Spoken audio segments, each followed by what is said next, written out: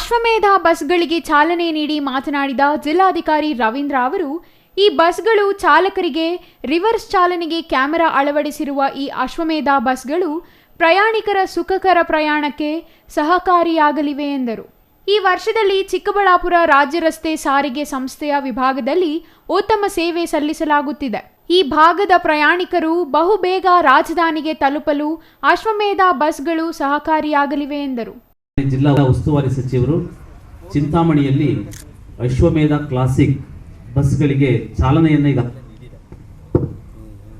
ಚಿಕ್ಕಬಳ್ಳಾಪುರದಲ್ಲಿ ಇವತ್ತು point to point express ಏನು ಅಶ್ವಮೇಧ ಕ್ಲಾಸಿಕ್ಸ್ ಬಸ್ಗಳಿದೆ, ಇದನ್ನು ಬೆಂಗಳೂರಿಗೆ ಪ್ರಯಾಣ ಬೆಳೆಸಲಿಕ್ಕೆ ಅಥವಾ ಬೆಂಗಳೂರಿಗೆ ಪ್ರಯಾಣ ಮಾಡ್ತಕ್ಕಂಥ ಎಲ್ಲ ಪ್ರಯಾಣಿಕರಿಗೆ ಅನುಕೂಲ ಆಗಲಿ ಅನ್ನೋ ದೃಷ್ಟಿಯಿಂದ ಇವತ್ತು 3 ಬಸ್ಗಳು ಅಶ್ವಮೇಧ ಬಸ್ಗಳಿಗೆ ಚಾಲನೆ ಸಿಗ್ತಾ ಇದೆ.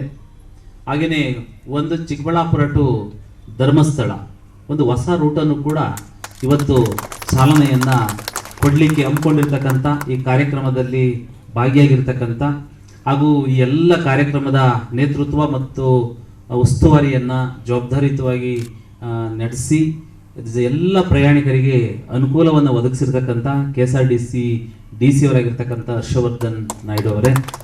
ಪ್ರಯಾಣಿಕರೇ ನಮ್ಮ ದೊರೆ ಎಂದ ಚಿಕ್ಕಬಳ್ಳಾಪುರ ಜಿಲ್ಲಾಧಿಕಾರಿಗಳು ನಮ್ಮ ಚಿಕ್ಕಬಳ್ಳಾಪುರ ವಿಭಾಗ ರಾಜ್ಯ ರಸ್ತೆ ಸಾರಿಗೆ ಸಂಸ್ಥೆಯ ಬಸ್ಗಳ ಚಾಲಕರ ಬೆಂಬಲದಿಂದ ಡೀಸೆಲ್ ಉಳಿತಾಯ ಮಾಡಿ ನಿಗಮಕ್ಕೆ ಲಾಭ ತಂದಿರುವುದಾಗಿ ಹೇಳಿದರು. ಈ ವಿಭಾಗಕ್ಕೆ ಉತ್ತಮ ಪ್ರಶಂಸೆ ಪುರಸ್ಕಾರ ದೊರೆತಿದೆ ಎಂದು ರಾಜ್ಯ ರಸ್ತೆ ಸಾರಿಗೆ ಸಂಸ್ಥೆಯ ಚಿಕ್ಕಬಳ್ಳಾಪುರ DC ತಿಳಿಸಿದರು. Jangalahalli Ashwath, CTV news, Chikkaballapur.